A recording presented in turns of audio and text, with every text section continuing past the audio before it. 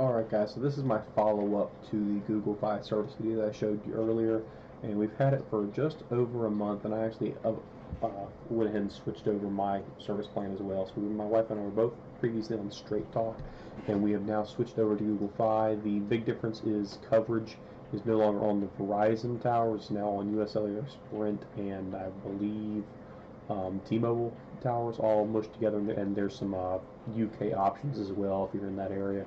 But basically I wanted to show you a breakdown of the bill without showing the actual information. You look on top at 2768 up here and the 5804 up here, and the total for 8572. That includes the first month prorated out, so you see that prorated charge right there for service and text, as well as the data used during the tail of that month. So my wife was on there for about 3 weeks, I was on there for about a week, from February 27th to March 27th. Now that total was about $30 for both of us prorated, and of that 23 of it was the data. So that's, and they also, so that's one thing we learned, because I didn't know that from the contract, because I wasn't looking too much into it. If you use 2 gigs, you pay $20. If you use 3 gigs, you pay $20. But I didn't know if you, I got like halfway, if you use it like 2.5 gigs, would it like default to 2 or 3? It literally charges you by the penny based on how you use the data.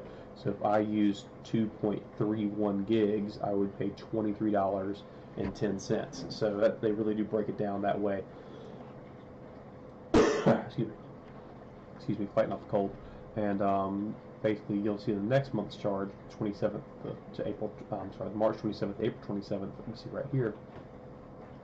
All you see is the actual first initial payments for the 2 phones we have on our plan, because those are not charged the first month of use, as well as the call and text. So it's 20 for my wife, 15 for me, because I was added on to it, plus all the various little regulatory fees that get added on. So as of right now, our bill is a total of $85.72, and that's about $30 from last month, which means really about, I'm bad at math here, so we'll take it $55. $55 so far based on this month. And if we use the same amount of data as last month, about 3 gigs, that would end up being about $85 again, which is still cheaper for us than Straight Talk, plus we actually get to have a new phone versus using an old refurb phone, which is kind of nice. So overall, we're still very, very happy with the service. There are some little things that are kind of messy, like the local food line where we live. We would go into your grocery store in our area, we'll go in and the service just dies. But we'll go to a different area in town where there's a grocery store and the service is just fine. So I think that has more to do with the fact that we're no longer on Verizon towers, and Verizon's network has a little bit more coverage, actually probably a lot more coverage than these other networks combined. The internet seems fine. It's no worse than it was on Straight Talk. In some places it's better.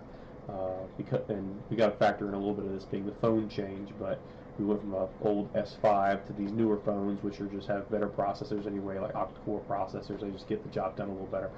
But overall, we're still very satisfied. This was just a brief bill overview of the actual Google Fi service. It's very broken down and very user-friendly, whereas if you go to any other place that itemizes out your bill, it's kind of actually hard to find that information sometimes. This is all just in the Google suite, because it's all sent through Google, which is very, very nice, and we're still very, very happy with it. And so far it's been great. And we live in a fairly rural community on the East Coast, so even with that being the situation, normally that's a big problem in most areas, but here it seems to be doing okay. So thanks for watching. I hope this was helpful, and Google Fi so far working out great.